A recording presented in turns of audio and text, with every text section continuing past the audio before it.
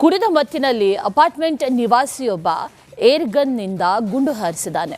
ಬರೋಬ್ಬರಿ 45 ನಿಮಿಷಗಳವರೆಗೂ ಕೂಡ ಹಲವಾರು ಸುತ್ತು ಗುಂಡು ಹಾರಿಸಿ ಅವಾಂತರ ಸೃಷ್ಟಿಸಿದ್ದಾನೆ. ಈತನ ಹುಚ್ಚಾಟಕ್ಕೆ ಅಪಾರ್ಟ್ಮೆಂಟ್ ಪಾರ್ಕಿಂಗ್ನಲ್ಲಿದ್ದಂಥ ಕಾರುಗಳ ಗ್ಲಾಸ್ ಪುಡಿಯಾಗಿದೆ.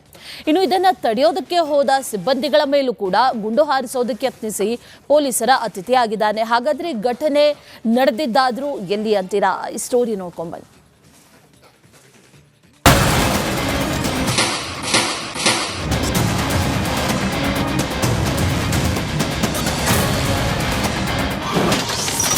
ಅಪಾರ್ಟ್ಮೆಂಟ್ ಆವರಣದಲ್ಲೇ ಫೈರಿಂಗ್, ಕುಡಿದ ಮತ್ತಿನಲ್ಲಿ ಹುಚ್ಚಾಟ, ಬೆಚ್ಚಿದ ನಿವಾಸಿಗಳು.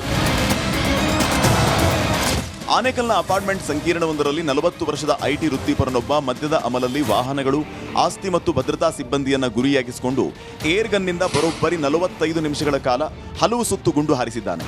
ಇದರಿಂದ ಅಪಾರ್ಟ್ಮೆಂಟ್ ನಿವಾಸಿಗಳು ಭಯಭೀತರಾಗಿದ್ದಾರೆ. ಆನೇಕಲ್ನ ಬಂಡಾಪುರ ಬಳಿಯ ಸಿಪಾನಿ ಅಪಾರ್ಟ್ಮೆಂಟ್ ಅಲ್ಲಿ ಈ ಘಟನೆ ನಡೆದಿದೆ. ಉತ್ತರ ಪ್ರದೇಶದ ಲಕ್ನೋ ಮೂಲದ ಅನುರಾಗ್ ತಿವಾರಿ ಅನ್ನೋ ಆರೋಪಿ ಕಳೆದ 8 ತಿಂಗಳಿಂದ ಅಪಾರ್ಟ್ಮೆಂಟ್ ಸಂಕೀರ್ಣದ ಬಾಡಿಗೆ ಫ್ಲಾಟ್ನಲ್ಲಿ ವಾಸಿಸ್ತಾ ಇದ್ದ. ಕಂಠಪೂರ್ತಿ ಕುಡಿದಿದ್ದ ಆರೋಪಿ ಮತ್ತಿನಲ್ಲಿ ಫ್ಲಾಟ್ ಒಳಗೆ ಕುಳಿತು ಏರ್ಗನ್ನಿಂದ ಪಾರ್ಕಿಂಗ್ ಶೆಡ್ ಗುರಿಯಾಗಿಸಿಕೊಂಡು ಹಲವು ಸುತ್ತು ಗುಂಡು ಹಾರಿಸಿದ್ದಾನೆ. ಯಾರೋ towards my car fired shots with air gun. ಅದು ನಮ್ಮ ಕಾರ್ ಡ್ಯಾಮೇಜ್ ಆಗಿದೆ. ಏನಾಗಿದೆ ಕಾರ್ಗೆ?